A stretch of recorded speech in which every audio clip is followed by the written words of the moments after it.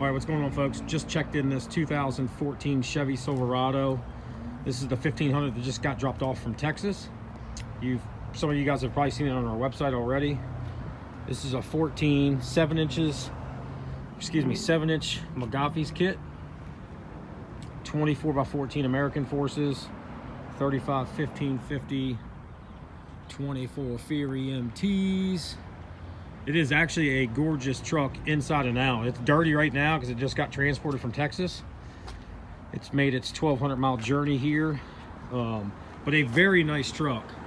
Body is in super nice shape. Interior is still in very good shape. This truck is the one that has 215,000 miles, and it literally looks like it's got 40,000 miles. So somebody that wants a new body style, doesn't want to spend the 30, 35, 40 grand for a truck like this, this is an ideal truck that will be priced under 30 grand.